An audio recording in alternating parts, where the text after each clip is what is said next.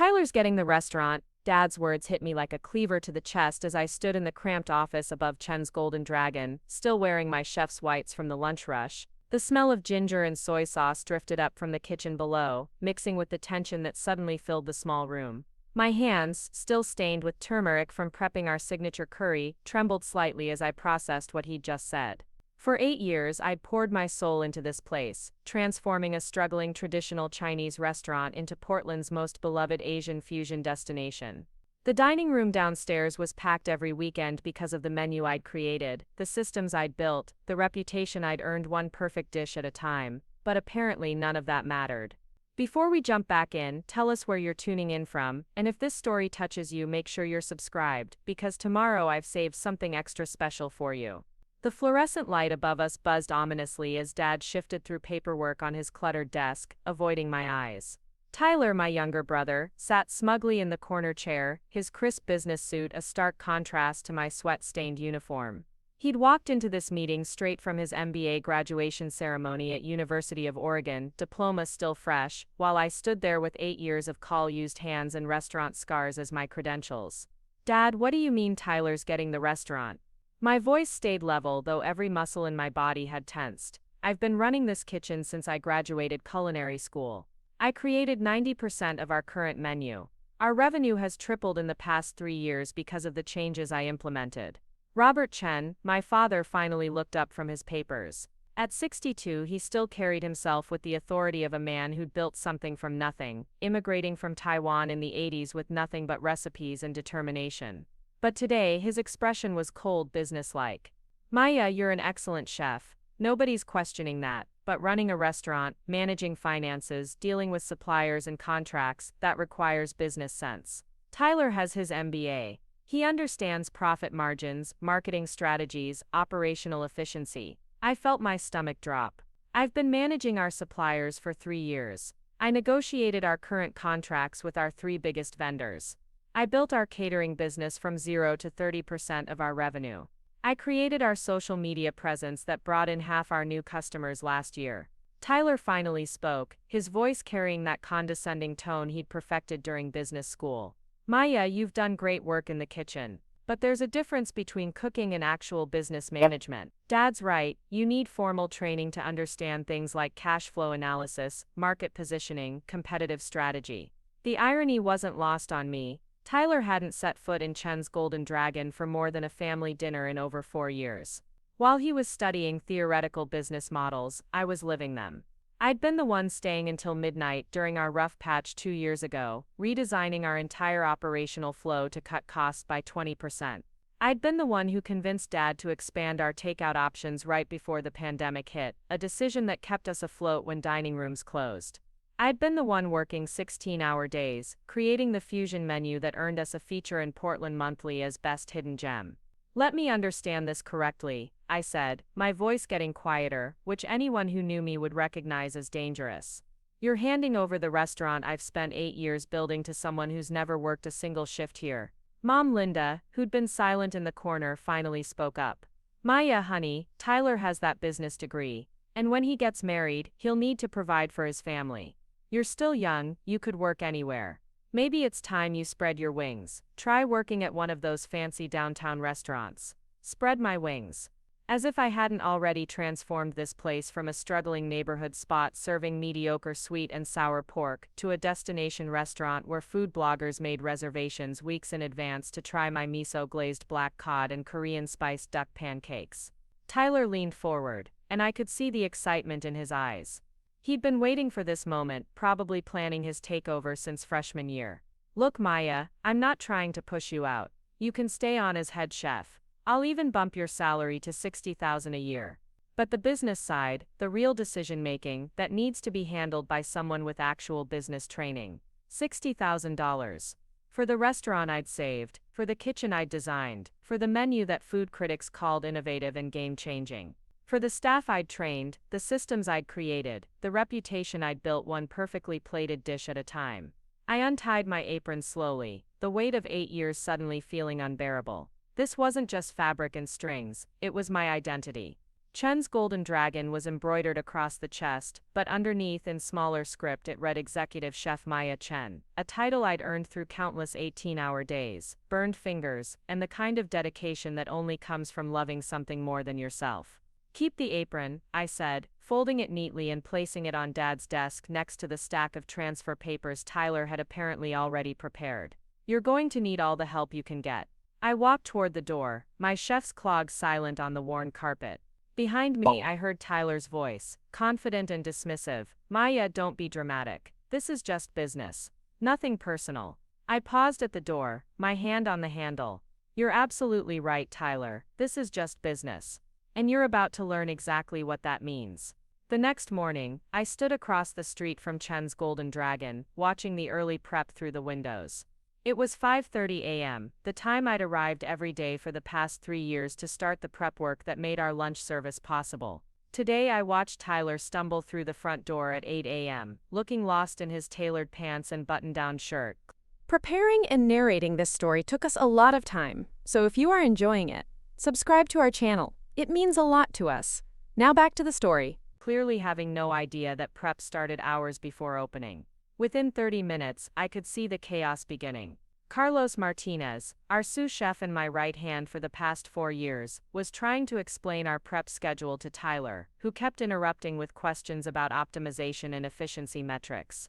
Through the window, I watched Carlos's expression grow more frustrated as Tyler waved around a clipboard, apparently trying to implement some system he'd learned in business school.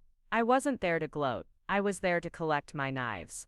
I'd invested nearly $3,000 in my knife collection over the years, German steel, Japanese carbon blades, each one carefully chosen and maintained.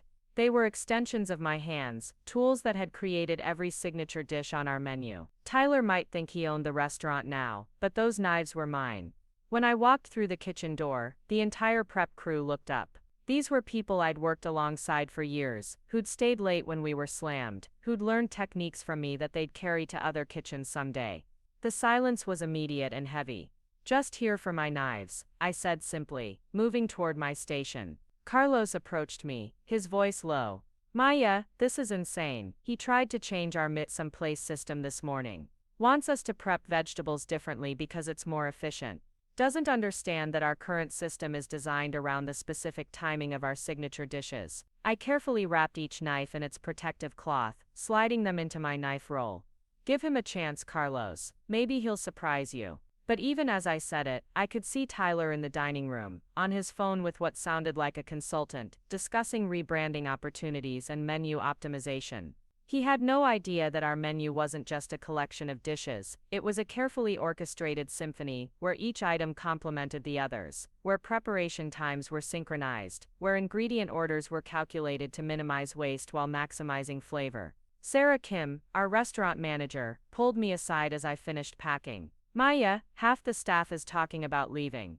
They're scared. Tyler called a meeting yesterday and started talking about restructuring and eliminating redundancies. Nobody knows what that means, but it doesn't sound good. I looked around the kitchen I'd designed, from the workflow patterns to the equipment placement. Every station was positioned for maximum efficiency during rush periods. The spice organization system I'd implemented had cut our ticket times by 3 minutes during peak hours. The prep schedules I'd created ensured we never ran out of key ingredients while minimizing spoilage. Sarah, whatever you decide to do, I understand. But don't make any hasty decisions. Give Tyler a few weeks to show what he can do. As I walked toward the exit, Tyler intercepted me. Maya, I hope there are no hard feelings. This is really the best thing for the restaurant. I've already got some ideas for expanding our market reach, maybe franchising opportunities. Franchising. He wanted to franchise Chen's Golden Dragon, the restaurant that succeeded precisely because it was personal, intimate, crafted. He had no idea that our success came from the fact that I knew the names of our regular customers, that I adjusted seasoning based on Portland's famously inconsistent weather, that our suppliers trusted us because I'd built relationships over years of consistent orders and prompt payments. No hard feelings, Tyler, I said. I'm sure you'll figure it out. That night, I sat in my small apartment in southeast Portland, staring at my knife roll and a bottle of wine I'd been saving for a special occasion. 8 years of my life, reduced to a collection of blades and memories. My phone buzzed constantly, texts from Carlos, Sarah, Tony, our head server, all expressing frustration and confusion about Tyler's first day of management. But I didn't respond to any of them. Instead, I opened my laptop and began researching food truck permits. Tyler thought he'd won. He thought he'd outmaneuvered me with his MBA and dad's favoritism. What he didn't understand was that while he'd been studying business theory, I'd been building relationships. Not just with our staff, but with suppliers, food bloggers, local restaurant owners, customers who'd become friends over years of consistent excellence. More importantly, Tyler had no idea about the recipes. Yes, we had recipe cards in the kitchen. But anyone who's ever worked in a professional kitchen knows that recipe cards only tell part of the story. The real secrets, the exact timing for the wok hei in our signature fried rice, the specific technique for achieving the perfect crispy skin on our 5-spice duck, the precise temperature and timing that made our ramen broth rich without being greasy, those lived in my hands, my instincts, my muscle memory. Tyler could read the recipe for our miso-glazed black cod, but he'd never understand that the marinade time needed to be adjusted based on the thickness of the fish, or that the glaze required a specific type of miso that I'd sourced from a small supplier in San Francisco. He could follow the instructions for our Korean spiced duck pancakes, but he'd never know that the spice blend needed to be toasted differently depending on the humidity, or that the pancakes required a technique I'd learned from a Korean grandmother, who trusted me with her family's method.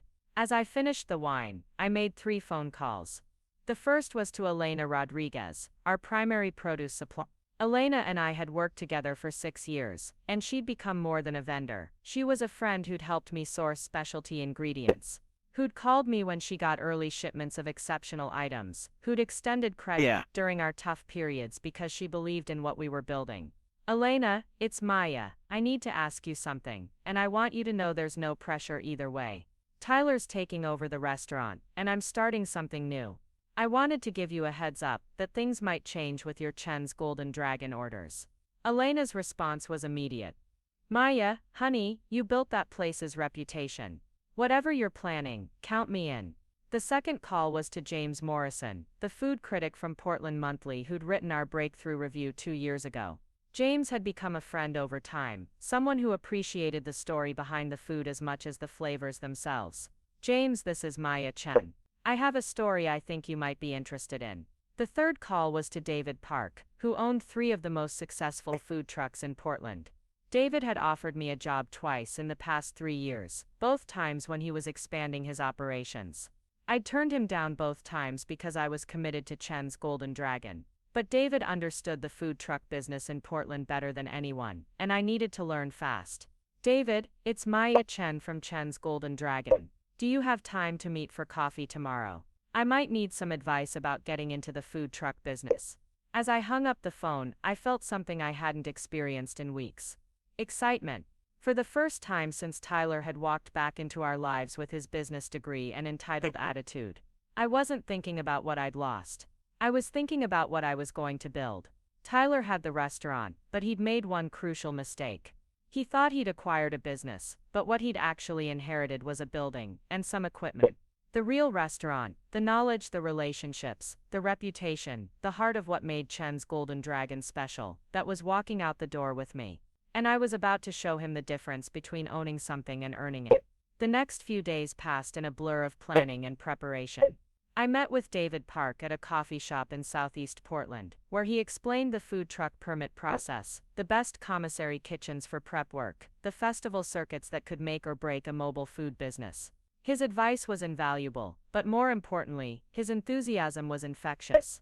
Maya, you're exactly what this city's food truck scene needs, he said, leaning forward over his espresso. Authentic fusion with serious technique. Most food trucks are either traditional comfort food or gimmicky concepts. You could bring restaurant-quality innovation to street food. That afternoon, I visited 3 different commissary kitchens, looking for prep space.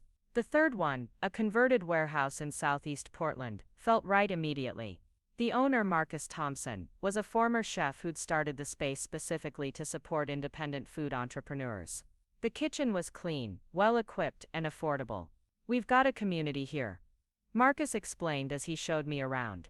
Food truck operators, caterers, people developing packaged foods. Everyone helps everyone. It's not competitive, it's collaborative. As he spoke, I met two other food truck owners who were prepping for their dinner service. Both immediately offered advice about permits, suggested festivals to apply for, and warned me about pitfalls to avoid. This was a different world from the restaurant industry's often cutthroat environment. Meanwhile, my phone continued buzzing with updates from Chen's Golden Dragon. Carlos texted that Tyler had tried to streamline the prep process and had created a 2-hour backup during lunch service.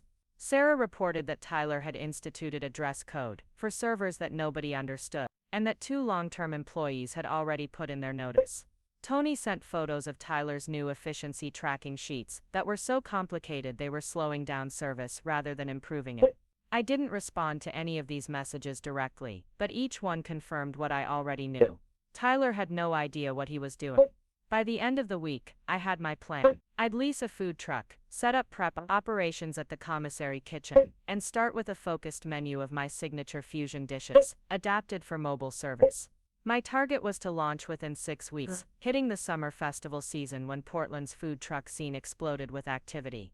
But I had one more crucial meeting to arrange. I called my parents' house on Sunday morning, knowing Dad would be reading the newspaper and Mom would be making her weekly dim sum. When Dad answered, I kept my voice casual. Dad, could I come by this afternoon? I wanted to talk to you and Mom about something.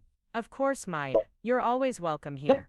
I arrived at their suburban Beaverton home around 3 p.m., carrying a container of my homemade dumplings. Mom's favorite. The house smelled like jasmine tea and the lemon oil Mom used to polish her furniture. These were the smells of my childhood, and for a moment I felt the familiar pang of family loyalty that had kept me working for Dad all these years. Mom greeted me with a hug, immediately opening the container to examine my dumplings. These look perfect, Ma. Your pleating technique is even better than mine now. We sat in their living room, the same furniture they'd had since I was in high school. Dad looked tired, older than he had just a week ago. Mom kept glancing between us, sensing tension. How's Tyler doing at the restaurant? I asked. Dad's expression tightened slightly. There's an adjustment period. It's normal when transitioning management. I heard he's making some changes. He has some innovative ideas. New systems, efficiency improvements. I nodded, sipping the tea Mom had poured. Dad, I wanted you to know that I'm starting my own food business. A food truck initially, with plans to expand. The silence that followed was heavy. Dad set down his teacup carefully, his expression unreadable. Mom looked shocked. Maya, honey, why would you want to compete with your own family? Mom asked. I'm not competing with family. I replied. I'm starting my own business because I have skills and experience that I want to use. Tyler's running Chen's Golden Dragon now, and I respect that. But I need to build something for myself. Dad leaned forward. Maya, if this is about the transition, we can discuss adjustments to your role. Maybe Tyler could use your help with menu development. The offer was tempting for exactly 1 second. Then I remembered Tyler's dismissive tone, his assumption that my 8 years of experience meant nothing, his certainty that his textbook knowledge trumped my practical expertise. Thank you, Dad, but I've made my decision. I wanted you to hear it from me, rather than through the restaurant community. As I drove home that evening, I felt a strange sense of closure. I'd officially severed my last tie to Chen's Golden Dragon, not in anger but in acceptance. Tyler could have the restaurant. I was going to build something bigger. 2 weeks later, I stood outside Chen's Golden Dragon at 6 a.m., waiting for my scheduled appointment to collect my remaining personal items. Tyler had texted me the night before, insisting on being present during my visit to ensure restaurant security protocols. The irony wasn't lost on me. He was treating me like a potential threat rather than the person who'd helped build everything he now claimed to own. The morning air was crisp with that particular Portland dampness that made everything smell like rain and possibilities. I'd brought my own cardboard boxes, not wanting to take even packing materials from the restaurant. As I waited, I watched the prep crew through the windows, and my heart sank.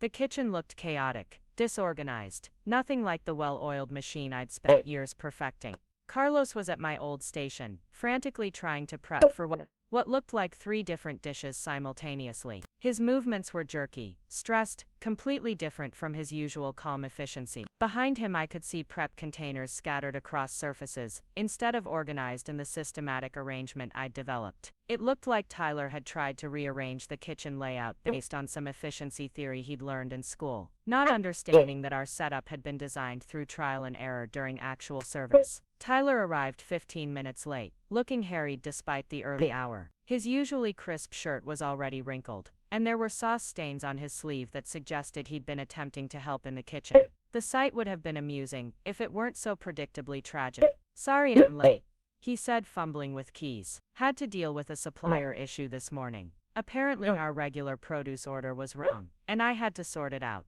I kept my expression neutral, but internally I cringed. Elena Rodriguez had been delivering perfect orders to us for 6 years. If there was a problem now, it was almost certainly because Tyler had tried to change something without understanding our system. We walked through the dining room, and I noticed immediately that Tyler had already made changes. The warm lighting I'd carefully selected had been replaced with brighter, harsher fixtures. The wall art, which had featured local Portland artists whose work complemented our aesthetic, had been swapped for generic Asian-themed prints that looked like they'd come from a hotel supply catalog. The whole atmosphere felt sterile, corporate, stripped of the personality that had made Chen's Golden Dragon feel like a neighborhood gem. "I've been implementing some improvements," Tyler said, following my gaze. "More professional appearance, better visibility for reading menus. I did some research on restaurant psychology and lighting optimization." I nodded politely, saying nothing about how our previous dim lighting had created intimacy, how customers had often commented on the cozy atmosphere, how the local art had sparked conversations and built community connections. Tyler had studied restaurant psychology in a textbook.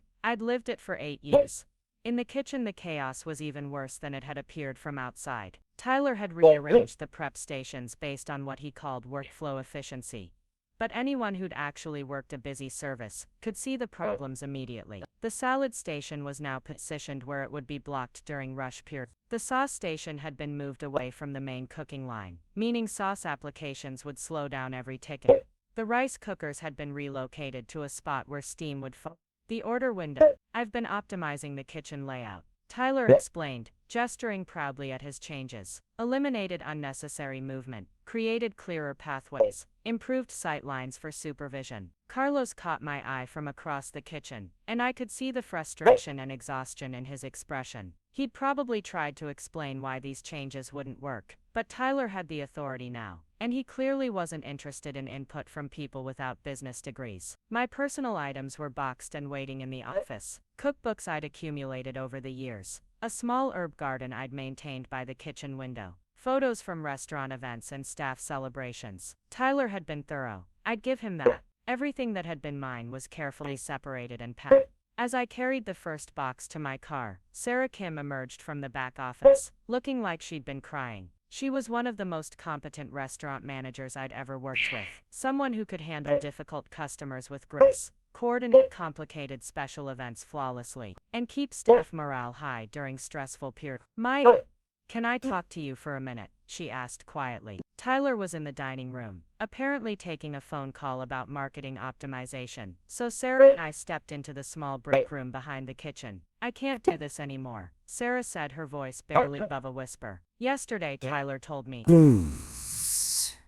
I was being too familiar with customers, said I should maintain more professional distance. He doesn't understand that Mrs. Peterson has been coming here every Thursday for 5 years and asks about my kids. He doesn't get that Mr. and Mrs. Rodriguez celebrate their anniversary here every year, and I always remember to have champagne ready. He wants me to treat everyone like they're just transaction numbers." I handed her a tissue from the box on the break room table. "What else is happening?" "He's implemented new portion control measures that are making customers angry. He calculated that we could increase profits by reducing portion sizes by 15%. But our customers notice. They're complaining that the dishes don't seem as generous, that they leave hungry. He says the complaints will stop once people adjust to appropriate portions." My stomach twisted.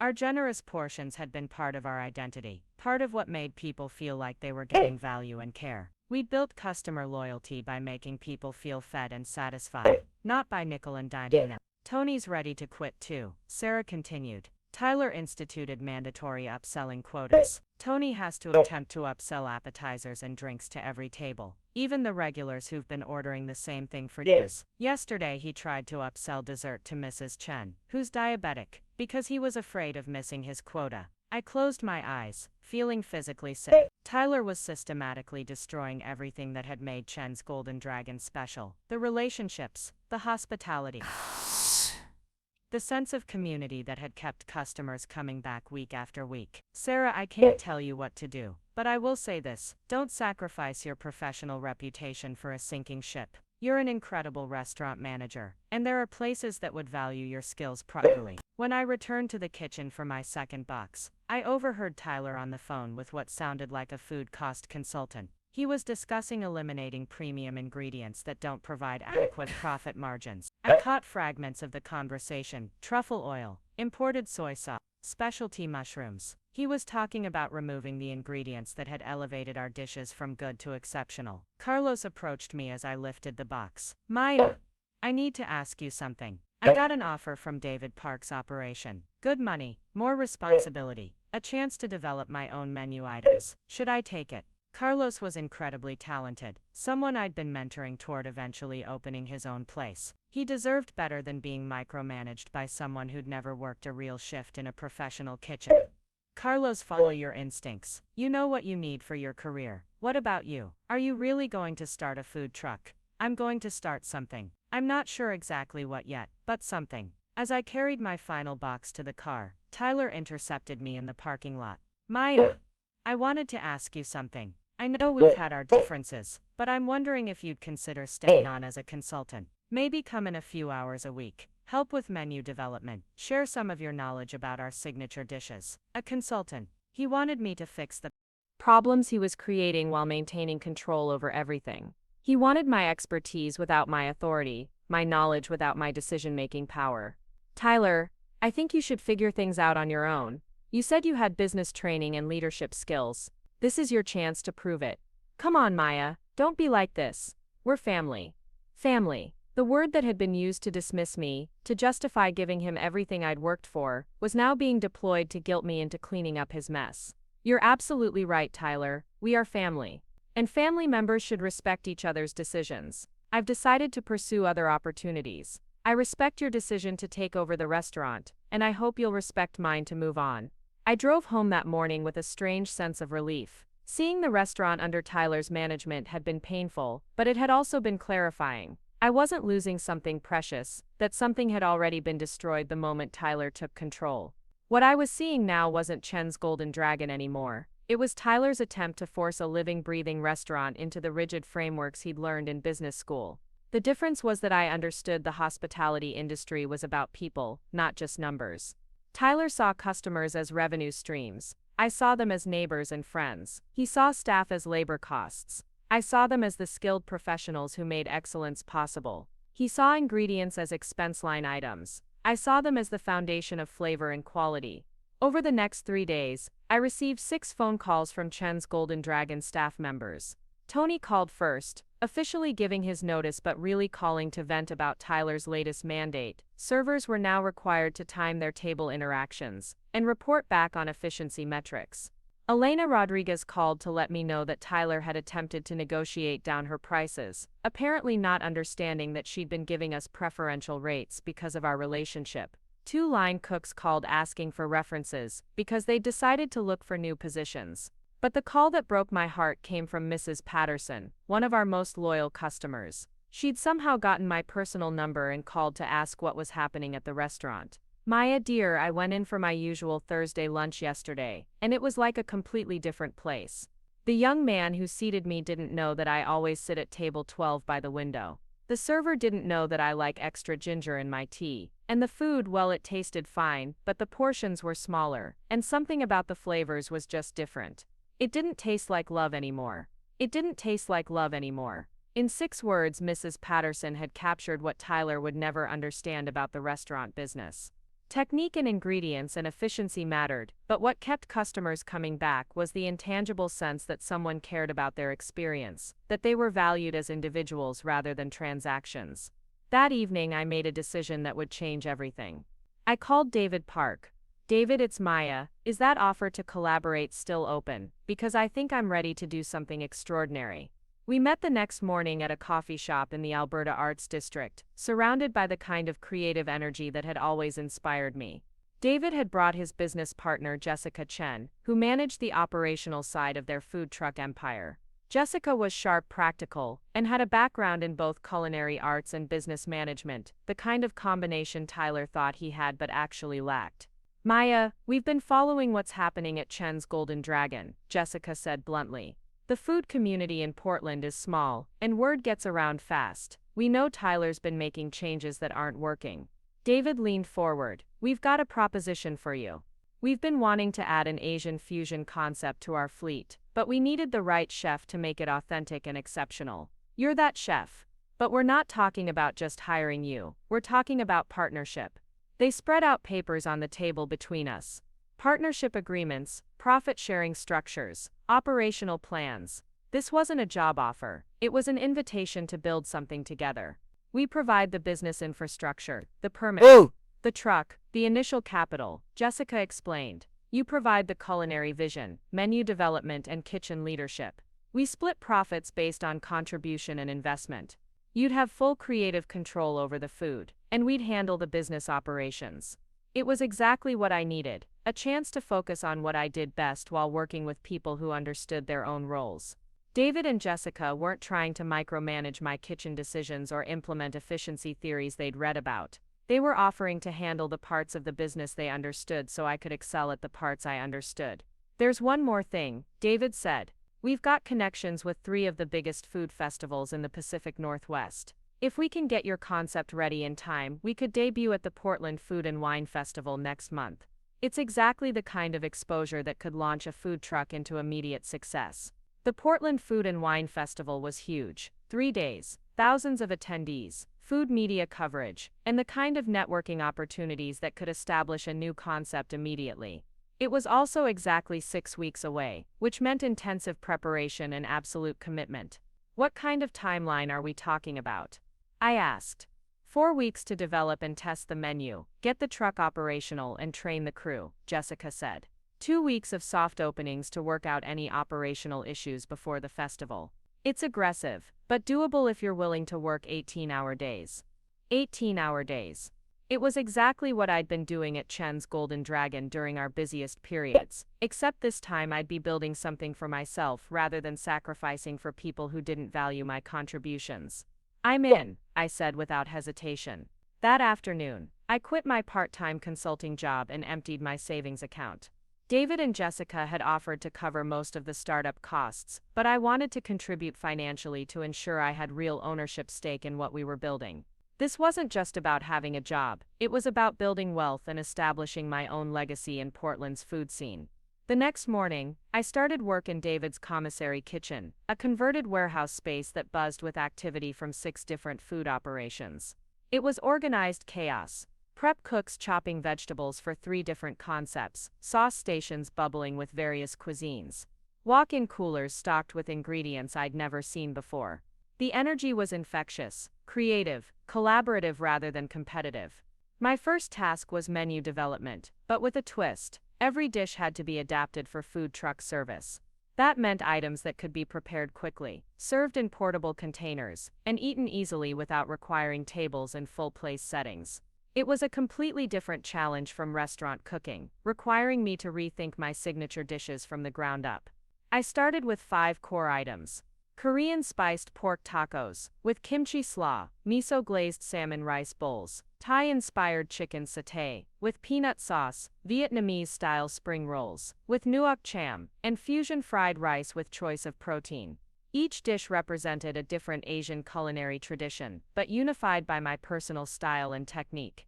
The testing process was intensive and methodical. I'd prepare sample portions, then David, Jessica, and whoever else was around would taste and provide feedback. Too spicy for general audiences. Not enough sauce. Needs more texture contrast. Should we offer a vegetarian protein option? How do we keep the rice from getting soggy during transport? Each day brought refinements and improvements. I adjusted spice levels, modified sauce consistencies, experimented with packaging solutions. The Korean spiced pork tacos went through 7 iterations before I found the perfect balance of heat and flavor. The rice bowls required developing a completely new sauce base that would complement both the miso-glazed salmon and the alternative protein options. 3 weeks into the process, I got my first indication that Tyler's management at Chen's Golden Dragon was becoming a serious problem. Carlos called me on a Wednesday evening, sounding exhausted and frustrated. "Maya, I can't do this anymore. Tyler fired Maria yesterday because she questioned his new inventory system. She's been with us for 4 years, never missed a shift, knew the prep schedules better than anyone. But Tyler said she was resistant to change and undermining management authority. Maria had been one of our most reliable prep cooks, someone who could execute complex tasks with minimal supervision. If Tyler was firing competent staff for asking questions, it meant he was prioritizing control over performance." "What's the kitchen like now?" I asked. "Disaster. We're understaffed, the new prep systems don't work during busy periods, and Tyler keeps implementing new procedures without testing them during actual service. Last Saturday, we had a 40-minute wait for basic dishes because he'd changed our sauce preparation process, and we ran out of 3 different sauces during the dinner rush. 40 minutes for basic dishes. That was unheard of at the old Chen's Golden Dragon, where our average ticket time had been under 15 minutes even during peak periods." "Carlos, what are you going to do?" "I'm done. David Park offered me a position, and I'm going to take it. I just wanted to let you know because I didn't want you to hear it from someone else." Carlos joining David's operation meant I'd have my former sous chef working alongside me, someone who understood my cooking style and could help train other crew members. It was an unexpected gift, and also confirmation that Tyler's mismanagement was driving away the exact people who'd made Chen's Golden Dragon successful. That weekend, I made a reconnaissance trip to Chen's Golden Dragon, ostensibly to pick up mail that had been forwarded there. What I saw was worse than I'd imagined. The dining room was half empty during what should have been peak Saturday dinner service. The servers looked stressed and unhappy. Through the kitchen window, I could see Tyler attempting to expedite orders while simultaneously trying to manage prep schedules, creating bottlenecks and confusion. But the most telling detail was the customer I overheard while waiting for my mail. An older couple at a nearby table was discussing their experience with obvious disappointment. "It's just not the same anymore," the woman said. "The food is fine, but it doesn't have that special something it used to have, and the service feels rushed, impersonal." "Maybe we should try that new place on Hawthorne," her husband replied. "I heard they have excellent Asian fusion." They were talking about one of our competitors, a restaurant that had opened 6 months ago and had been struggling to establish itself against Chen's Golden Dragon's reputation. Tyler's changes were creating opportunities for competitors by diminishing what had made us special. As I drove home that evening, I felt a complex mixture of sadness and vindication. I was sad to see the restaurant I'd loved being diminished, but vindicated in my decision to leave. Tyler had inherited something precious and was systematically destroying it through a combination of arrogance and inexperience. But I was also energized about what I was building. My food truck concept was coming together beautifully, the partnership with David and Jessica was functioning smoothly, and I could see the potential for something bigger than just mobile food service. We were creating not just a business, but a platform for the kind of innovative personal hospitality that Tyler was eliminating from Chen's Golden Dragon. The irony was perfect. Tyler had pushed me out because he believed formal business education was more valuable than practical experience. But practical experience was exactly what was allowing me to build something better, while his theoretical knowledge was destroying what I'd spent years creating. In 2 weeks we'd debut at the Portland Food and Wine Festival. In 6 months, Tyler would probably call asking for my help to save Chen's Golden Dragon. But by then, I'd be too busy building my own empire to look back. The Portland Food and Wine Festival was everything I'd hoped for and more. Our food truck, freshly wrapped in vibrant colors that showcased steaming bowls and sizzling proteins, drew lines that stretched around the block from the moment we opened our service window. The aroma of my Korean spiced pork tacos and miso-glazed salmon bowls created a sensory cloud that pulled festival goers from every direction. Jessica had positioned us perfectly between the craft beer pavilion and the main stage, ensuring maximum foot traffic during peak hours. The strategic location paid off immediately. By noon on Friday, we'd sold out of our initial prep and had to send Carlos back to the commissary kitchen for emergency restocking. But it wasn't just the volume that excited me, it was the reactions. I watched customers take their first bites, their expressions shifting from curious to amazed. A food blogger from Portland Eats took photos of every dish, interviewing customers about their experience. A local news crew filmed a segment about innovative food truck concepts, featuring our Vietnamese-style spring rolls as an example of elevated street food. The validation was overwhelming. These weren't customers who knew me from Chen's Golden Dragon or felt obligated to support me. These were strangers who'd chosen our food based purely on aroma, appearance, and word-of-mouth recommendations spreading through the festival crowd.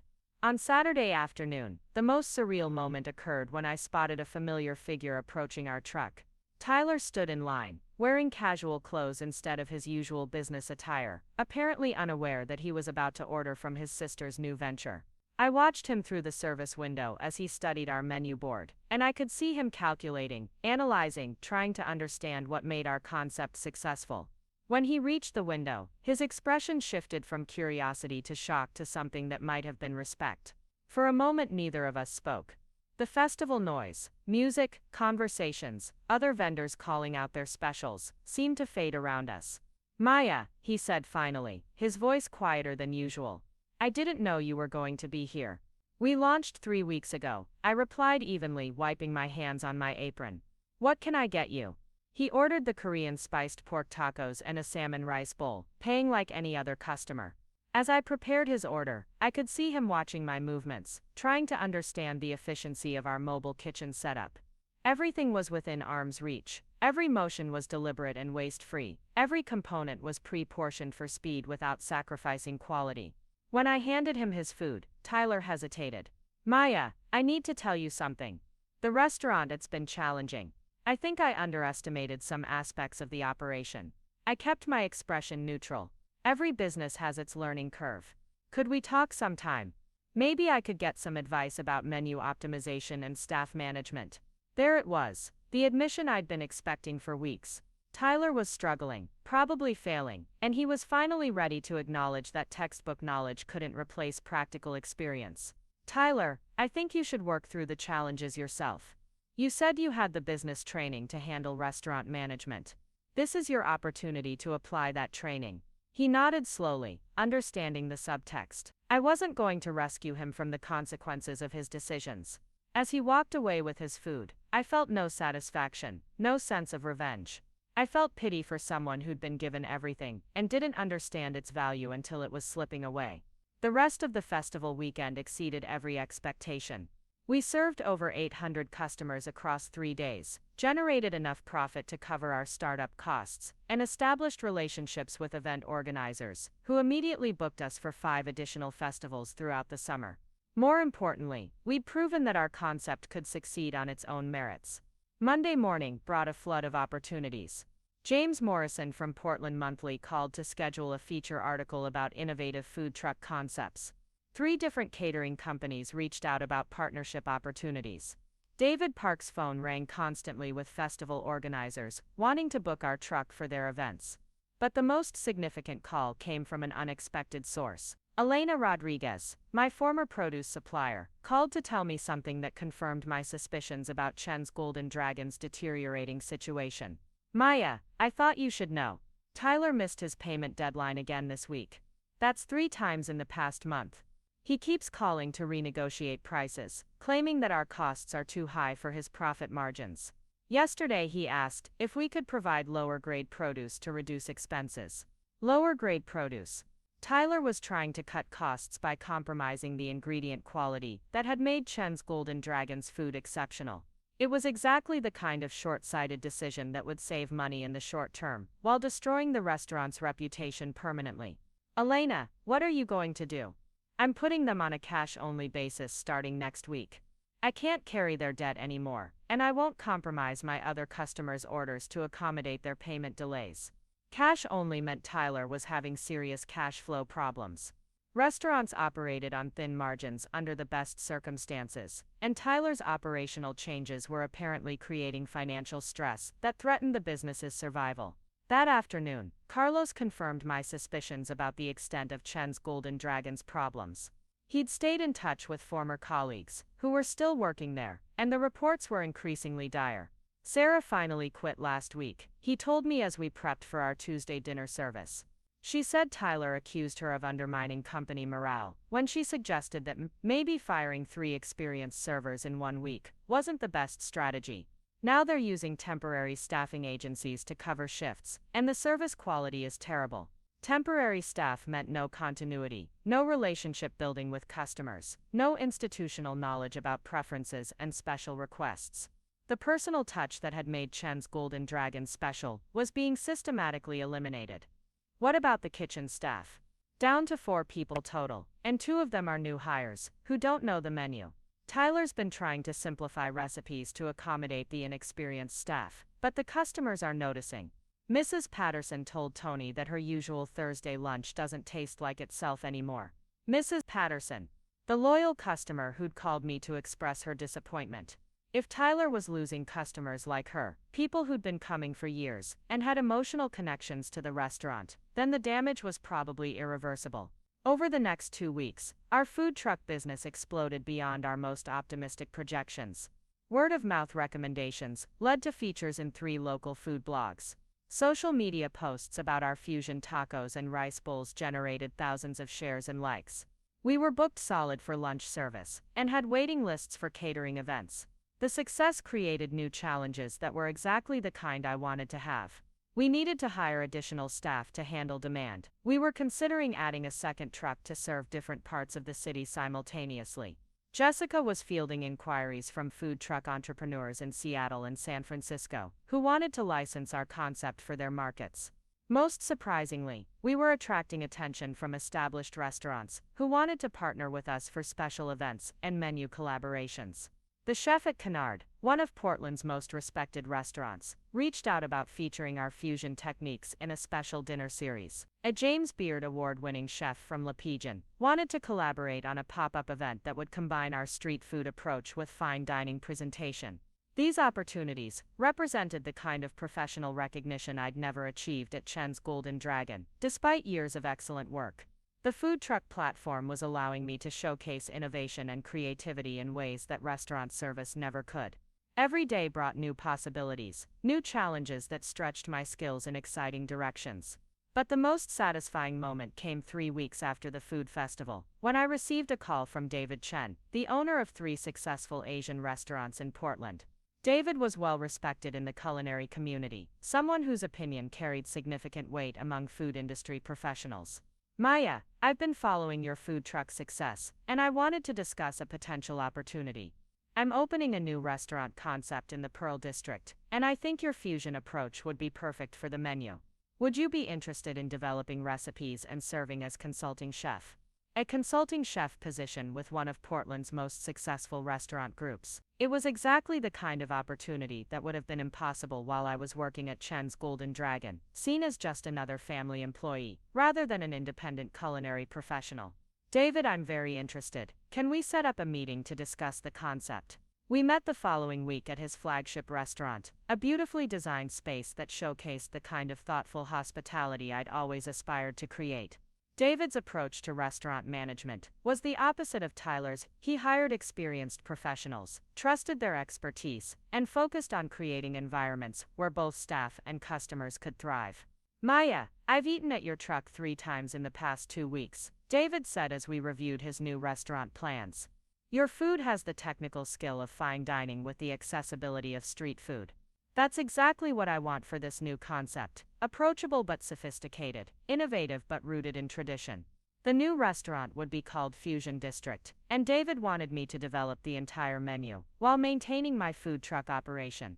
It was a dream opportunity, the chance to work at restaurant scale again, but with creative freedom and proper recognition. What kind of timeline are we discussing? I asked. 6 months for build-out and menu development, then a 3-month soft opening period. If everything goes well, we'd look at expanding the concept to additional locations, possibly including one in Seattle. Multiple locations. The possibility of building a restaurant empire based on my culinary vision, supported by an experienced business partner, who understood both the creative and operational sides of hospitality. As we shook hands on the partnership agreement, I thought about the contrast with Tyler's approach. David was offering me creative control, profit sharing, and growth opportunities because he recognized the value I could bring. Tyler had seen me as a threat to his authority, someone to be managed and controlled, rather than empowered and developed. That evening, I called my parents to share the news about the restaurant partnership. Mom answered, sounding tired and stressed. Maya, honey, how are you? We've been hearing such wonderful things about your food truck business. Thank you, Mom. I actually called to tell you about a new opportunity. I'm going to be developing the menu for a new restaurant in the Pearl District. There was a long pause. That's wonderful, dear. I'm so proud of what you've accomplished. Her tone suggested there was more she wanted to say. Oh! So I waited. Maya, I need to tell you something. The restaurant, Tyler's been having some difficulties. Dad won't admit it, but I can see how stressed he is. They've had to let go of several staff members, and the customer reviews online haven't been very positive. I felt no satisfaction hearing this confirmation of what I'd suspected. These were still my parents, and Chen's Golden Dragon represented 30 years of their work and sacrifice. I'm sorry to hear that, Mom. Running a restaurant is challenging, especially during transition periods. Tyler asked me to call you. Actually, he was hoping you might be willing to come in and help with some menu adjustments. Not permanently, just as a consultant to help stabilize things. There it was. Tyler was finally ready to admit he needed help, but he was still trying to maintain control by having Mom make the request rather than asking directly. Mom, I appreciate Tyler thinking of me, but I'm fully committed to my own projects now. The food truck is thriving, and the new restaurant partnership will require all my time and energy. I understand, dear. I just thought I should ask.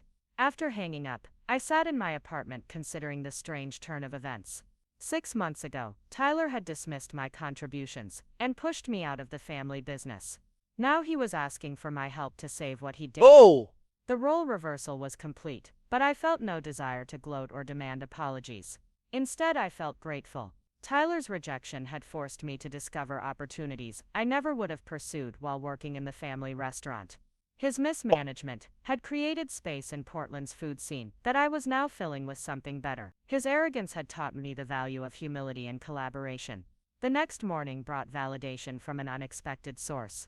James Morrison's feature article about our food truck appeared in Portland Monthly, with the headline "From Family Restaurant to Food Truck Fame: How Maya Chen Built Something Better." The article detailed my background at Chen's Golden Dragon, the circumstances of my departure, and the rapid success of my new ventures. But what made the article special wasn't the coverage of my success. It was the way James had captured the philosophy behind what I was building. He wrote about the importance of respecting both tradition and innovation, about creating opportunities for staff to grow and develop, about treating customers as individuals rather than transactions. The article generated immediate response. My phone rang constantly with interview requests, partnership opportunities, and job offers. Food Network wanted to feature our truck on a show about innovative street food. A cookbook publisher inquired about my interest in writing a fusion cuisine cookbook. 2 investors approached Jessica about franchising opportunities in other markets. But the most meaningful response came from Mrs. Patterson, who somehow found my cell phone number and called to congratulate me. Maya, dear, I read that lovely article about you in the magazine. I'm so proud of what you've accomplished. I tried your food truck last week, and it was absolutely delicious. It tasted like Love again. It tasted like love again. Those 5 words captured everything I'd been trying to rebuild, the sense that food was about more than nutrition or profit, that hospitality was about caring for people, that success came from creating experiences that nourished both body and spirit. That afternoon, I received a text message from Tyler that I'd been expecting for weeks. Maya, can we talk? I think I made some mistakes, and I could really use your advice about the restaurant. I stared at the message for several minutes before responding. Tyler, I'm busy building my own business now, but I wish you the best with yours. It wasn't cruel or vindictive. It was simply honest. I didn't have time to fix Tyler's mistakes because I was too busy creating my own success. The student had become the teacher. The dismissed family member had become the industry innovator. The undervalued employee had become the sought-after entrepreneur. 2 days later, Carlos brought me the final confirmation of Chen's Golden Dragon's decline. He'd heard from a former colleague that Tyler was considering selling the restaurant to a corporate chain that specialized in optimizing struggling family restaurants. Selling to a corporate chain meant erasing everything that had made Chen's Golden Dragon special. The personal relationships, the community connections, the individual character that had taken 30 years to build would disappear under corporate standardization and profit maximization. But I felt no urge to intervene. Tyler had made his choices, and I'd made mine. He'd chosen control over collaboration, theory over experience, short-term profit over long-term relationship building. I'd chosen partnership over dominance, innovation over tradition, growth over security.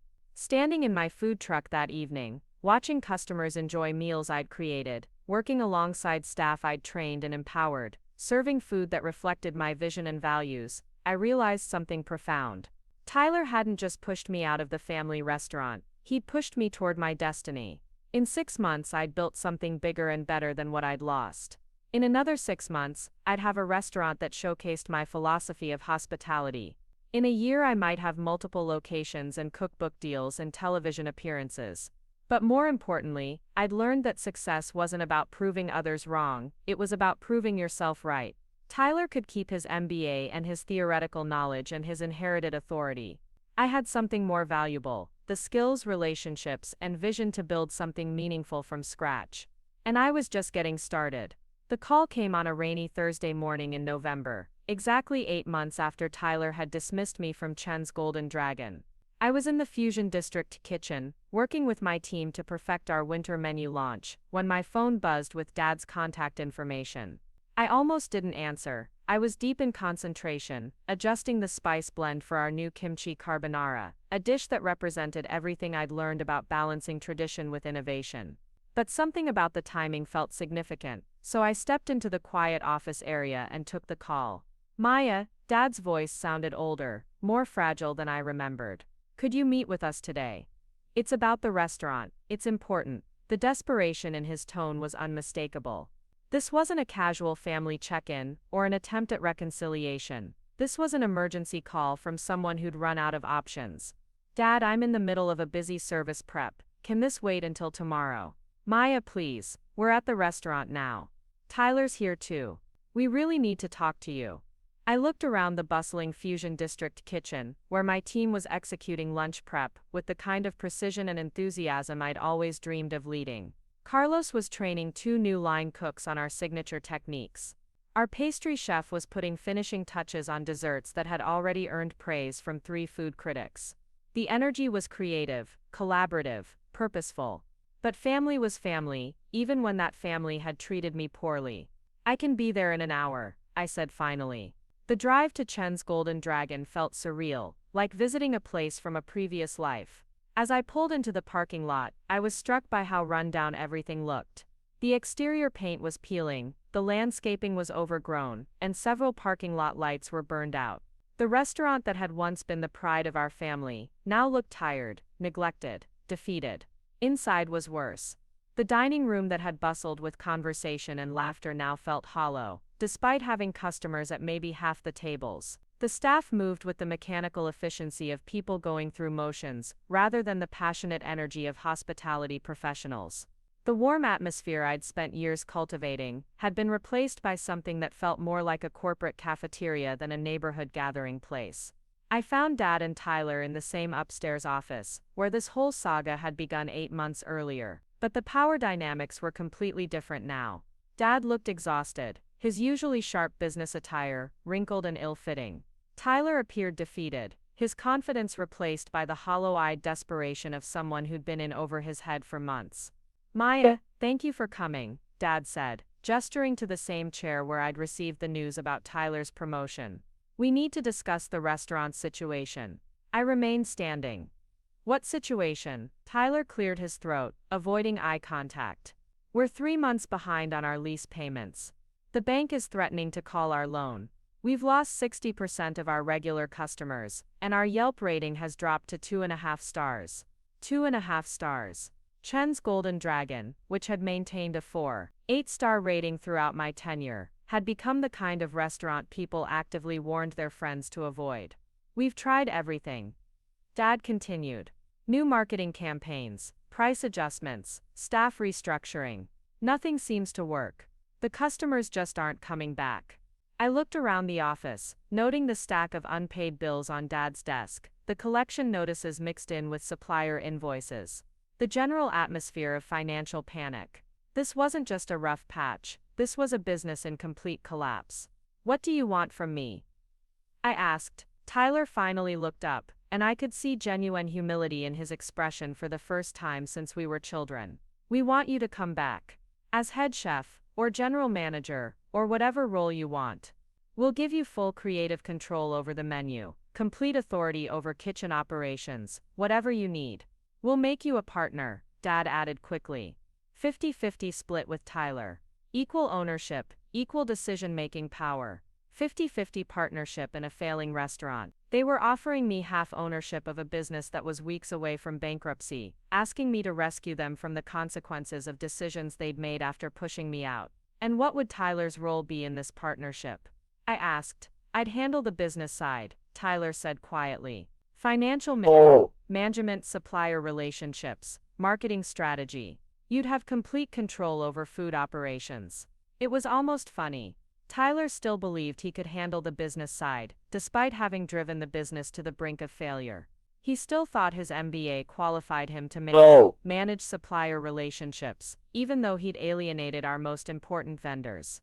He still imagined he understood marketing strategy, despite having presided over a catastrophic decline in customer satisfaction. "Tyler, can you tell me what our food costs were running when I left?" I asked. He fumbled through papers on the desk, clearly not knowing the answer off the top of his head. "Around 28%, I think." "They were 22%. What's our current average ticket time during peak service?" More fumbling. "I'm not sure exactly. Maybe 20 minutes. It was 12 minutes when I was here." "How many of our original kitchen staff are still employed?" "Well, we've had some turnover, but we're building a new team with fresh energy." "How many, Tyler?" 3 out of 12. 3 out of 12. Tyler had managed to drive away 75% of the experienced kitchen staff I'd spent years training. He'd destroyed the institutional knowledge, the team chemistry, the operational efficiency that had made Chen's Golden Dragon successful. I turned to Dad. "What happened to Mrs. Patterson? And the Rodriguez family? And all the other regulars who used to come every week?" Dad's expression grew pained. "They stopped coming. Mrs. Patterson told one of the servers that the food didn't taste like home anymore. The Rodriguez family tried us twice after Tyler took over, but they haven't been back since July." The relationships. Tyler had destroyed the relationships that had taken decades to build, treating loyal customers like interchangeable revenue sources, instead of valued community members. We know we made mistakes," Tyler said, his voice barely above a whisper. "I thought I could improve things, make them more efficient, more profitable. But I didn't understand. I didn't know how much you were really doing." There it was. The admission I'd been expecting for months. Tyler finally understood the difference between managing a business and running a restaurant. He'd learned too late that hospitality couldn't be optimized like a manufacturing process, that customer loyalty couldn't be generated through efficiency metrics, that food quality couldn't be maintained while cutting costs and eliminating experienced staff. "What specifically are you asking me to do?" I said. "Save us," Dad replied simply. "Come back and fix what went wrong. Bring back the menu that made us successful. Rebuild the team. Restore the reputation. Make Chen's Golden Dragon what it used to be. Make it what it used to be." They wanted me to resurrect something that Tyler had killed, to rebuild something he'd systematically destroyed, to restore magic that couldn't be recaptured once it was lost. I walked to the window that overlooked the dining room, watching the sparse lunchtime crowd picking at their meals with obvious disappointment. These weren't the satisfied customers I remembered, people lingering over conversations and asking servers about ingredients. These were people fulfilling an obligation, ordering food that met basic nutritional requirements, without creating any joy or connection.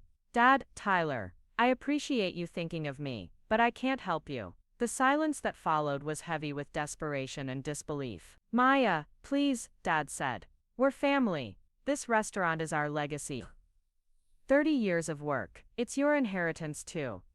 "No, Dad. This restaurant stopped being our legacy the moment you decided Tyler should run it without experience or preparation. What's happening now isn't bad luck or market conditions. It's the predictable result of putting someone in charge who didn't understand what made this place special." Tyler's face flushed with anger and embarrassment. Maya, I admit I made some mistakes, but you don't have to be so harsh about it. I was trying to improve things, to make us more competitive.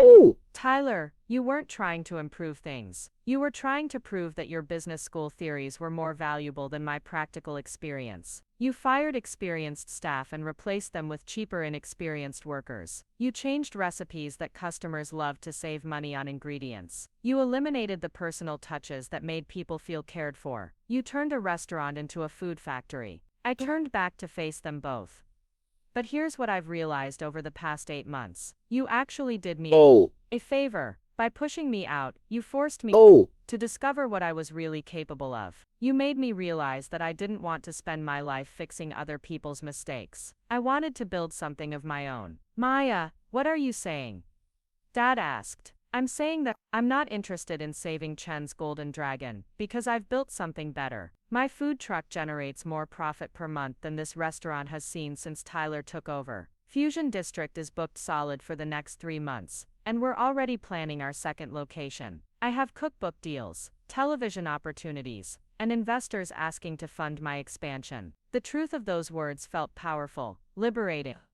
8 months ago, I'd been begging for recognition in my own family's business. Now I was turning down their desperate pleas, because I had better options. But what about the family restaurant? Mom's voice came from the doorway. I hadn't heard her arrive, but she was standing there with tears in her eyes, holding a stack of collection notices. Mom, the family restaurant died the day you decided Tyler should run it instead of me. What you're asking me to save isn't Chen's golden dragon. It's Tyler's failed attempt to replace Chen's golden dragon with something he thought would be better. I moved toward the door, then paused. But I will make you one offer. Dad and Tyler both looked up with hope. I'll buy the restaurant from you. Fair market value, cash purchase, quick closing. I'll pay off your debts, cover your lease obligations, and give you enough to start over if you want to try again somewhere else. Buy it. Tyler's voice cracked.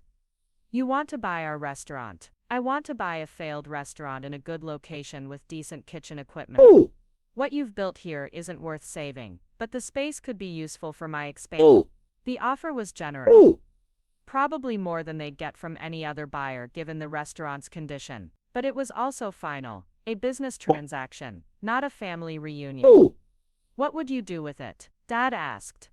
Probably tear down most of the interior and rebuild it as a flagship location for my fusion concept. New name, new menu, new staff, new everything. A fresh start that doesn't carry the baggage of what this place has become. Tyler stood up abruptly, his chair scraping against the floor. You're talking about erasing everything Dad built. 30 years of history, just gone.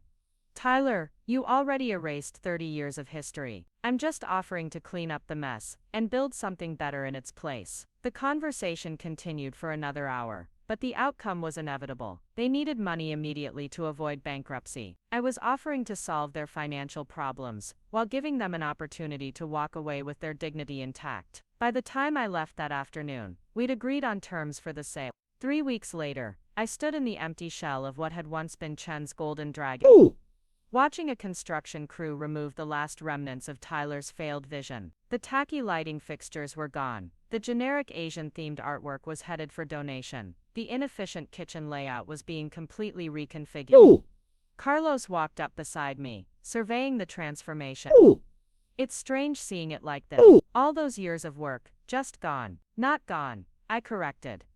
Transformed. Everything we learned here, all the skills we developed, the relationships we built, that's all coming with us to the new concept. David Chen joined us, carrying architectural plans for the new restaurant design. Maya, I think you're going to love what the designers have planned. The new kitchen will be twice as efficient as the old layout, and the dining room will seat 40 more people without feeling cramped. The new restaurant would be called Heritage Fusion, honoring traditional techniques while embracing innovation. It would feature an open kitchen where customers could watch the culinary artistry, a chef's table for special tasting menus, and a community room for cooking classes and private events. But most importantly, it would be built on principles Tyler had never understood, that hospitality was about creating joy, that success came from empowering talented people, that profit was the result of excellence, rather than the goal that justified compromising excellence. 2 months later, Heritage Fusion opened to a line of customers that wrapped around the block. Food critics called it transformative and essential. The James Beard Foundation invited me to cook at their annual gala.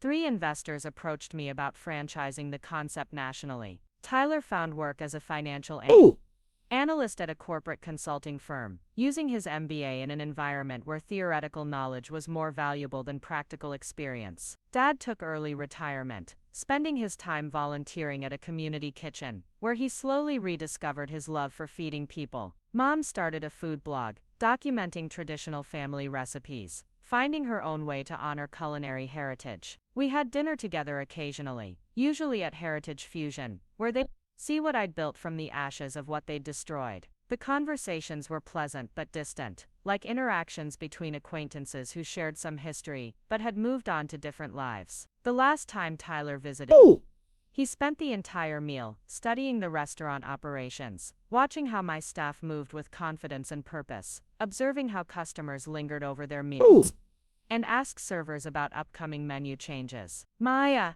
I need to ask you something," he said.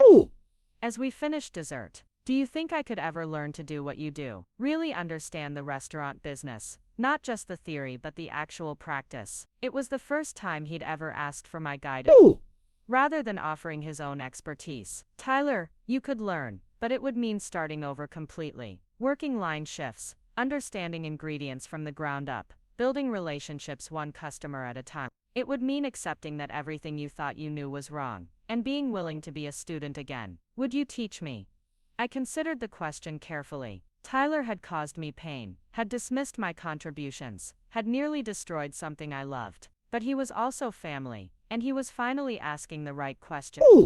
"Tyler, I don't think you'd be happy working for me, but if you're serious about learning the restaurant business, I could help you find a good chef who'd be willing to train you properly. Someone who'd teach you technique and hospitality from scratch." "You mean starting as a prep cook?" "I mean starting wherever you need to start to learn the fundamentals. No shortcuts, no special treatment, no assumptions that your business degree makes you qualified for leadership roles." He nodded slowly, and for the first time, I saw genuine humility in his expression. 6 months later, Tyler was working as a line cook at a respected restaurant across town, learning knife skills and sauce techniques, building the foundation he should have developed before trying to run Chen's Golden Dragon. His chef told me Tyler was a dedicated student, willing to work hard and learn from mistakes. Mom and Dad visited Heritage Fusion regularly, bringing friends and bragging about their daughter's success, with the kind of pride they'd never shown when I was working in their restaurant. The irony wasn't lost on any of us. They were finally proud of my achievements now that those achievements didn't threaten Tyler's position. But I'd moved beyond needing their validation. Heritage Fusion was successful because customers loved the food and the experience, not because my family approved. My cookbook became a bestseller because readers connected with my approach to fusion cooking, not because it carried the Chen fame. My television appearances led to more opportunities because I'd proven myself as a culinary innovator, not because I was representing a family business. Standing in my flagship restaurant kitchen on a busy Saturday night, watching my team execute a complex service with the precision of a ballet, I reflected on the strange journey that had brought me here. Tyler's rejection had been devastating at the time, but it had also been the catalyst for everything I'd accomplished since then. He'd taught me that family loyalty couldn't substitute for mutual respect, that inherited authority couldn't replace earned competence, that good intentions couldn't overcome poor execution. Most importantly, he taught me that sometimes the best thing that can happen to you is being forced to prove yourself independently. Heritage Fusion now employed 42 people, including several former Chen's Golden Dragon staff members who'd found their way to my team after Tyler's mismanagement drove them away. We were planning our 4th location, considering a catering expansion, and developing a line of packaged sauces for national distribution. Tyler still had his MBA, but I had something more valuable: the knowledge that success came from understanding people, respecting ingredients, and creating experiences that brought joy to others. He'd learned business theory. I'd learned to build businesses, and that made all the difference. The morning of Heritage Fusion's first anniversary celebration, I woke up in my new downtown loft to the sound of rain pattering against floor-to-ceiling windows that overlooked the Pearl District. From my bedroom I could see the line already forming outside my restaurant, even though we wouldn't open for another 3 hours. Food enthusiasts, local celebrities, and industry professionals had been planning to attend this milestone event for weeks. Rolling out of bed, I padded to my kitchen where a French press of Ethiopian coffee was waiting alongside that morning's Oregonian. The food section featured a full-page article about Heritage Fusion's impact on Portland's culinary scene, with photos of my signature dishes, and quotes from customers describing transformative dining experiences. The article called me a visionary, who turned family restaurant rejection into culinary empire building, a description that would have seemed impossible just 18 months earlier. My phone buzzed with congratulatory messages from chef colleagues across the country. Marcus Samuel had sent a voice note praising our innovative approach to Asian fusion. The team from 11 Madison Park had shipped a congratulatory champagne selection. Even Julia Child's Foundation had sent a handwritten note, acknowledging our contribution to American culinary evolution. These weren't just professional courtesies. They represented genuine recognition from peers who understood the difficulty of what we'd accomplished. As I prepared for the day ahead, I reflected on the surreal journey that had led to this moment. 12 months ago, Heritage Fusion had opened in the exact location where Chen's Golden Dragon had failed under Tyler's management. We'd gutted the space completely, removing every trace of the restaurant that had once represented my family's dreams and Tyler's misguided ambitions. In its place, we'd created something unprecedented in Portland's dining scene, a restaurant that honored traditional techniques while pushing creative boundaries, that treated staff as valued professionals rather than expendable labor, that viewed customers as community members rather than profit sources. The transformation had been both literal and symbolic. Where Tyler had installed harsh fluorescent lighting, we'd created warm ambiance through carefully positioned Edison bulbs and candles. Where his generic Asian artwork had hung, we displayed rotating exhibitions from local artists, whose work complemented our menu themes. Where his cramped, inefficient kitchen had struggled to produce mediocre food,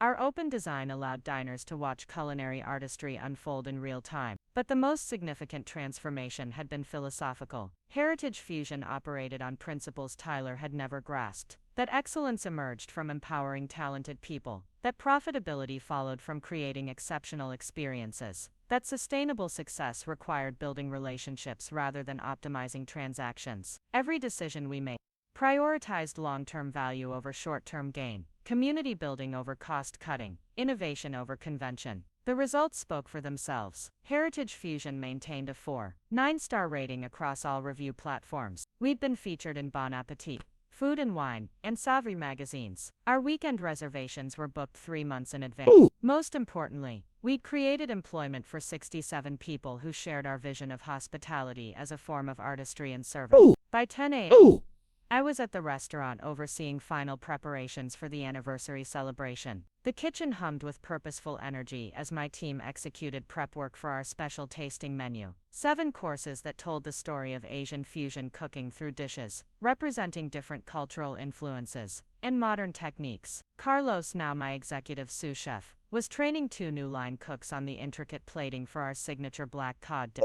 Sarah Kim, who'd become our operations director after Tyler had driven her away from Chen's Golden Dragon, was coordinating with servers to ensure seamless service during what would be our busiest night ever. The contrast with Tyler's chaotic management style couldn't have been more pronounced. Where he'd micromanaged every decision while understanding none of the underlying complexity, I provided clear guidance while trusting my team's expertise. Where he'd created confusion through constantly changing procedures, we'd developed systems that allowed for creativity within established frameworks. Where he'd fostered fear and resentment, we'd built an environment where people felt valued and empowered to contribute their best work. Around noon, an unexpected visitor appeared at our service entrance. Elena Rodriguez, the produce supplier, who'd been forced to put Chen's Golden Dragon on cash-only terms during Tyler's tenure, arrived with a special delivery for our anniversary celebration. She'd brought premium ingredients she'd been saving for an occasion like this: white truffles from Oregon, wild mushrooms from the Cascade Mountains, herbs from her personal garden that she typically reserved for her most valued clients. "Maya, I wanted to contribute something special for today," Elena said, her eyes bright with genuine affection. "You've created something beautiful here, something that honors food and community in the way restaurants should. This celebration isn't just about your success, it's about showing how business should be done." Elena's gesture represented something Tyler had never understood about the hospitality industry. Success wasn't just about profit margins and efficiency metrics. It was about building relationships based on mutual respect and shared values. Elena supported Heritage Fusion, not because we paid the highest prices, but because we treated her as a valued partner, whose expertise contributed to our excellence. We'd honored our payment commitments, respected her product recommendations, and credited her contributions to our success in media interviews. These relationships had become the foundation of our competitive advantage. When seasonal ingredients became scarce, Elena prioritized our orders. When special events required unique products, she helped us source items other restaurants couldn't access. When we wanted to try new suppliers, she provided introductions and recommendations. This network of professional relationships, built on trust and mutual benefit, created value that couldn't be replicated through corporate purchasing strategies or price negotiations. At 2 p.m., James Morrison from Portland Monthly arrived for a private interview about Heritage Fusion's first year and my broader vision for Portland's culinary future. We sat in the restaurant's community room, surrounded by photographs documenting our journey from food truck startup to nationally recognized dining destination. Maya, when you first left Chen's Golden Dragon, did you envision building something this significant? James asked, setting up his recording equipment. Honestly, I was focused on survival rather than empire building. I wanted to prove that my approach to fusion cooking could succeed independently. But once we started gaining momentum, I realized we weren't just creating a business, we were demonstrating a different way of thinking about hospitality. What do you mean by a different way of thinking? Tyler approached the restaurant industry like it was manufacturing: optimize processes, reduce costs, maximize efficiency. But hospitality is fundamentally about human connection. You can't optimize your way to creating memorable experiences or building customer loyalty. Those things emerge from caring about people and taking pride in craftsmanship. James nodded, making notes. Your success has obviously vindicated that philosophy. But what about the family dynamics? How do you reflect on the way everything unfolded with your brother and parents? It was a question I'd been expecting, one that required balancing honesty with discretion. Tyler and my parents made decisions they thought were best for the family business. I disagreed with those decisions, but I don't harbor resentment about them. In retrospect, being pushed out of Chen's Golden Dragon was probably the best thing that could have happened to my career. It forced me to discover what I was really capable of building. Do you maintain relationships with your family? We're cordial. Tyler's actually doing well in his current role. He found work that better matches his skills and interests. My parents are proud of what I've accomplished, and they visit Heritage Fusion regularly. We've all moved forward in ways that probably wouldn't have been possible if I'd stayed in the family business. The interview continued for another hour, covering topics from menu development philosophy to expansion plans to advice for other chefs considering independent ventures. James was particularly interested in our staff development programs, which had become a model for other restaurants seeking to reduce turnover and improve service quality. Unlike Tyler's approach of hiring inexperienced workers and trying to control their every action, we invested heavily in training and professional development.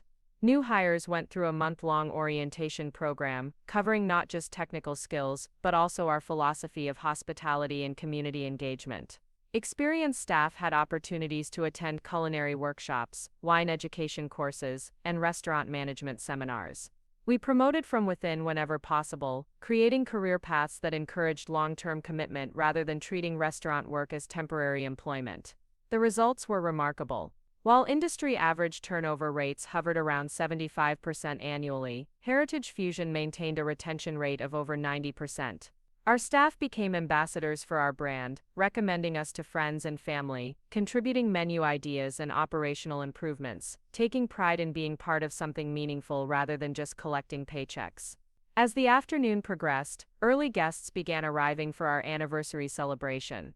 The first party included food writers from 3 regional magazines, local television personalities, and several city council members who'd been supportive of small business development in the Pearl District. But the guests I was most excited to see were former Chen's Golden Dragon customers who'd followed our journey from the beginning. Mrs. Patterson arrived promptly at 5 p.m., wearing a beautiful blue dress and carrying a handwritten card. At 83, she'd become one of our most cherished regulars, someone who embodied the kind of customer relationship that made restaurant work meaningful. She'd been dining with us weekly since our opening, always ordering our Thursday special and providing feedback that had helped us refine several menu items. Maya dear, I'm so proud of what you've accomplished, she said, embracing me warmly. This restaurant feels like what Chen's Golden Dragon used to be in its best days, but even better. You can taste the love in every dish. Behind her came the Rodriguez family, longtime customers who'd stopped visiting Chen's Golden Dragon during Tyler's tenure but had become Heritage Fusion devotees. Their teenage daughter was considering culinary school, inspired by watching our open kitchen and learning about our farm-to-table sourcing practices. Mr. Rodriguez had brought his elderly father, who'd been skeptical about modern Asian fusion but had become one of our most enthusiastic supporters after trying our traditional with a twist approach. These personal connections represented everything Tyler had failed to understand about restaurant success. He'd seen customers as revenue streams to be optimized through portion control and upselling strategies. I saw them as community members whose satisfaction and loyalty created sustainable business growth. When Mrs. Patterson celebrated her birthday at Heritage Fusion, bringing 12 family members for a special dinner, she was demonstrating the kind of authentic marketing that no advertising budget could purchase. By 6 p.m., the restaurant was full for our special anniversary service. The energy was electric, conversations flowing between tables, servers moving with confident grace, kitchen staff executing complex dishes with the precision of a symphonic performance. David Chen, my business partner, worked the dining room alongside me, greeting guests and ensuring every detail met our exacting standards. At 7 p.m., we served the first course of our anniversary tasting menu, a modernized version of Sire Longbao featuring locally sourced pork and a broth infused with Oregon morel mushrooms. The dish represented everything Heritage Fusion stood for: respect for traditional techniques, commitment to local ingredients, innovation that enhanced rather than replaced classic flavors. Watching guests' faces as they experienced that first perfect bite reminded me why I'd chosen this profession in the first place. The evening's most meaningful moment came during the third course, when I noticed Tyler sitting at a corner table with a woman I didn't recognize. He'd made a reservation under a different name, probably hoping to observe our anniversary celebration without drawing attention. For a moment our eyes met across the crowded dining room, and I saw something I'd never seen in his expression before: genuine admiration, mixed with what might have been regret.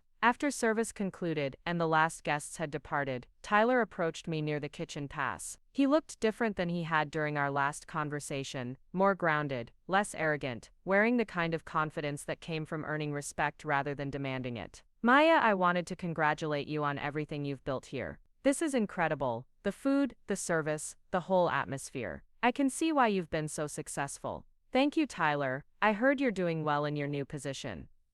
I am working as a line cook has taught me things I never learned in business school. I understand now what you meant about needing to start from the beginning, learning the fundamentals before trying to manage operations. We stood there for a moment, two siblings who'd taken very different paths after a painful family conflict, both having learned valuable lessons about business relationships and personal growth. Tyler, can I ask you something? Do you think you'd do things differently if you had to make those decisions again? He considered the question carefully. Everything would be different. I'd spend time learning the restaurant's culture before trying to change anything. I'd listen to experienced staff instead of assuming my business training made me qualified to lead. Most importantly, I'd recognize that you'd earned the right to run Chen's Golden Dragon through years of excellent work. What would you do if Dad offered you another restaurant to manage? I'd recommend he hire you instead, Tyler said with a slight smile. And if he insisted on giving it to me, I'd ask you to be my partner and mentor. I finally understand that business knowledge without operational experience is just theory. It was the apology I'd never expected to receive, delivered with humility that felt genuine rather than calculated. Tyler had learned lessons that would serve him well in whatever business ventures he pursued in the future. More importantly, he developed the kind of self-awareness that might allow us to rebuild a functional family relationship over time. As Tyler prepared to leave, he handed me an envelope. This is from Mom and Dad. They wanted me to give it to you tonight. Inside was a handwritten letter from my parents, expressing pride in my accomplishments and acknowledging mistakes they'd made during the Chen's Golden Dragon transition. They weren't asking for forgiveness or trying to rewrite history. They were simply accepting responsibility for decisions that had hurt our family relationships and expressing hope that we could move forward together. Maya, the letter concluded, we see now that we made choices based on outdated assumptions about business and family roles. You've proven that competence and dedication matter more than formal credentials or gender expectations. We're proud of who you've become and what you've built. We hope you can forgive us for not recognizing your value sooner." Reading those words in my empty restaurant, surrounded by evidence of everything I'd accomplished since leaving the family business, I felt a sense of closure I hadn't known I needed. The letter didn't change the past or eliminate the pain Tyler's dismissal had caused, but it acknowledged that my parents understood the magnitude of their mistake. More importantly, it confirmed that I'd made the right decision by refusing to rescue Chen's golden dragon when they'd finally asked for help. Instead of fixing their mistakes, I'd built something better. Instead of accepting a subordinate role in a failing business, I'd created an enterprise that reflected my values and vision. Instead of proving myself worthy of their approval, I discovered that their approval was less important than my own sense of accomplishment. Over the following weeks, Heritage Fusion's anniversary celebration generated tremendous media coverage and business momentum. Reservations extended 4 months into the future. 3 investment groups approached us about expansion opportunities. Food Network offered me a hosting role on a new show about fusion cooking techniques. Publishers competed to offer contracts for my cookbook project. But the most satisfying recognition came from an unexpected source. The James Beard Foundation invited me to cook at their annual Leadership Awards dinner, recognizing Heritage Fusion as an exemplar of how restaurants could contribute to community development while maintaining culinary excellence.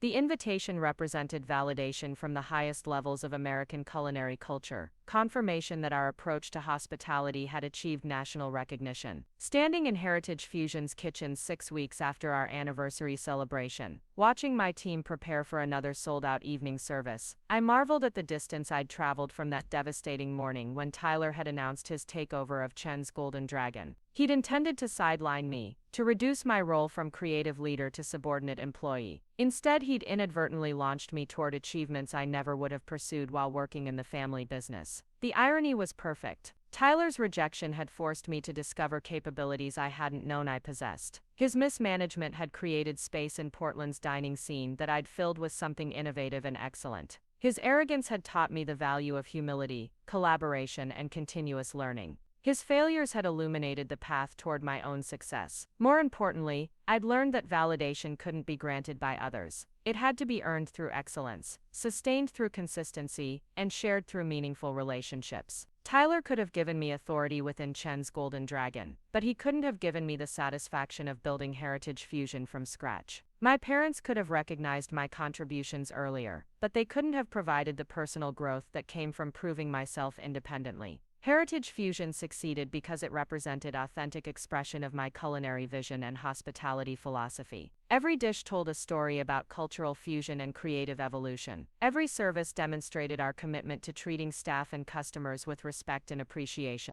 Every day brought opportunities to refine our approach and expand our impact. Looking toward the future, I saw endless possibilities. Additional restaurant locations in Seattle and San Francisco. A catering company specializing in corporate events and weddings. A culinary school focused on fusion techniques and sustainable restaurant practices. Product lines featuring our signature sauces and spice blends. Television shows exploring the intersection of traditional and modern cooking methods. But regardless of how large Heritage Fusion grew, or how many accolades we received, I'd always remember the fundamental lesson Tyler had inadvertently taught me. Success wasn't about gaining approval from people who didn't value your contributions. Success was about finding environments where your talents could flourish, building relationships with people who shared your values, and creating something meaningful that reflected your authentic vision. Tyler had wanted to control Chen's Golden Dragon according to his theoretical understanding of business principles. I'd built Heritage Fusion according to practical knowledge gained through years of hands-on experience and genuine care for the craft of hospitality. The difference in outcomes reflected the difference in approaches. One focused on imposing external frameworks, the other focused on developing authentic excellence.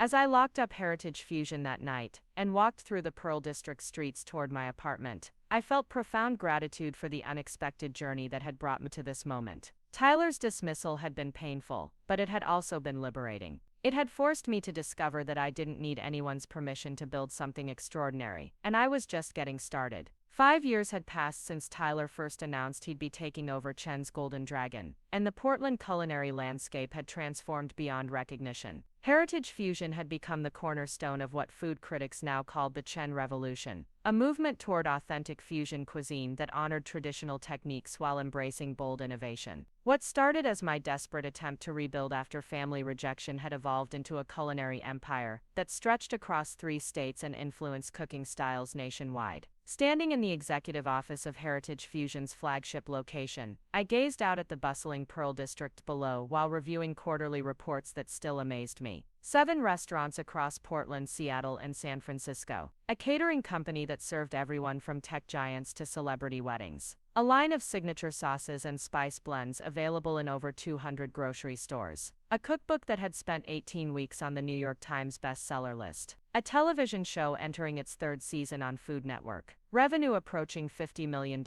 annually, with profit margins that made business schools use our operations as case studies. The numbers were gratifying, but what truly satisfied me was the culture we'd built. Each Heritage Fusion location operated according to principles Tyler had never grasped during his brief, disastrous tenure at Chen's Golden Dragon. We invested heavily in staff development, creating career pathways that transformed restaurant work from temporary employment into professional advancement opportunities. We sourced ingredients through relationships built on mutual respect and fair compensation, supporting local farmers and specialty producers who shared our commitment to quality. We treated every customer interaction as an opportunity to create community, rather than simply complete transactions. My phone buzzed with a text from Carlos, now the executive chef of our Seattle location and a partner in the company's expansion. He'd just received word that Seattle Heritage Fusion had earned a James Beard Award nomination for Outstanding Restaurant, making it the 3rd Heritage Fusion location to receive national recognition within 5 years. The text included a photo of the entire Seattle team celebrating in their kitchen, faces beaming with the kind of pride that came from collective achievement, rather than individual recognition. This was the philosophy Tyler had never understood, that success emerged from empowering talented people rather than controlling them. Every Heritage Fusion chef had creative input into seasonal menu development. Every server participated in wine selection and guest experience design. Every manager contributed to operational improvement and expansion planning.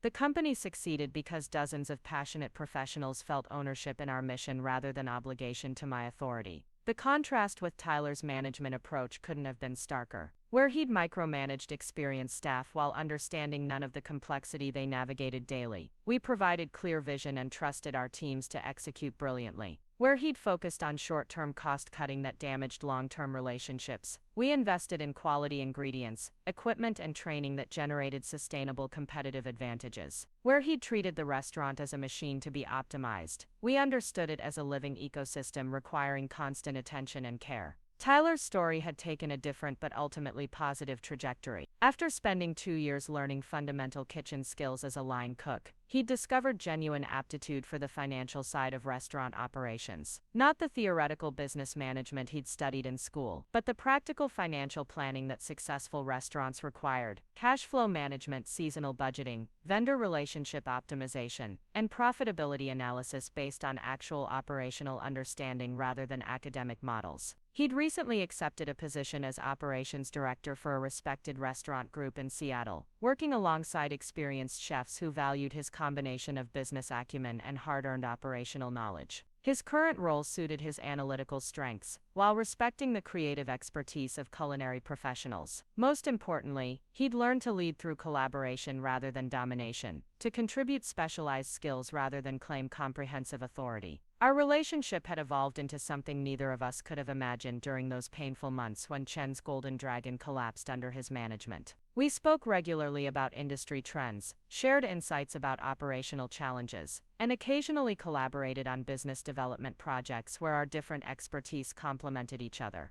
The sibling rivalry that had once poisoned our interactions had been replaced by mutual respect based on hard-earned professional competence. Mom and Dad had found their own paths toward fulfillment and contribution. Dad had become a mentor for immigrant entrepreneurs, sharing decades of small business experience, while learning about industries and approaches he'd never considered. His work with a local business development center allowed him to guide other families through the challenges he'd navigated imperfectly, helping them avoid mistakes that had damaged our family relationships. Mom had channeled her love of traditional cooking into a different kind of legacy, Her food blog had grown into a multimedia platform documenting Asian American culinary traditions, featuring video interviews with elderly community members who shared family recipes and cooking techniques that might otherwise be lost. Publishers were courting her for a cookbook that would preserve traditional methods while making them accessible to younger generations. Their work represented a form of redemption that honored their original dreams, while acknowledging lessons learned through painful experience. They couldn't undo the mistakes that had driven me away from Chen's Golden Dragon, but they could use their knowledge to help others navigate similar challenges more successfully. The afternoon brought an unexpected visitor to my office. James Morrison from Portland Monthly arrived for what he described as a special interview project. Over the years, James had documented Heritage Fusion's growth through quarterly features, creating a real-time record of how a failed family restaurant had been transformed into a nationally recognized culinary empire. Maya, I'm working on a retrospective piece about Portland's restaurant evolution over the past 5 years, James explained, settling into the chair across from my desk. Heritage Fusion's story represents something larger than just business success. It's about how the industry has matured in its understanding of hospitality, community engagement, and sustainable growth. We discussed the broader changes that had occurred across Portland's dining scene during Heritage Fusion's expansion. Restaurants that had survived and thrived were those that prioritized authentic relationships over efficient transactions, that invested in staff development rather than treating workers as replaceable components, that understood food quality as the foundation, rather than the enemy of profitability. What do you think would have happened if you'd stayed at Chen's Golden Dragon under Tyler's management? James asked. It was a question I'd pondered occasionally, usually when reviewing financial reports that demonstrated how much we'd accomplished in 5 years. I probably would have quit within 6 months. Tyler's approach was systematically destroying everything that made the restaurant special. Even if I'd stayed, I couldn't have prevented the decline without authority to make necessary changes. Do you ever regret the way everything unfolded?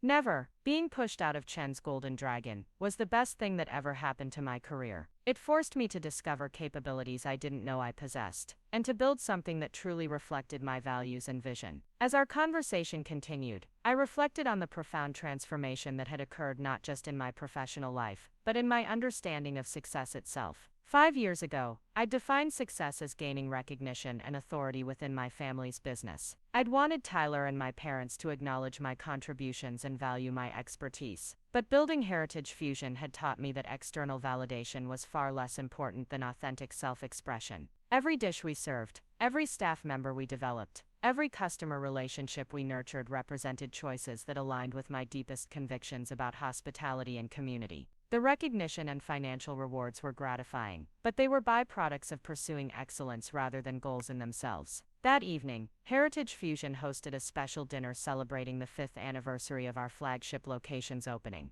The guest list included food writers, local celebrities, longtime customers, and staff members from all our locations, who'd traveled to Portland for the occasion. But the most meaningful attendees were the people who'd supported our journey from the beginning. Mrs. Patterson, now 88, and still one of our most cherished regulars.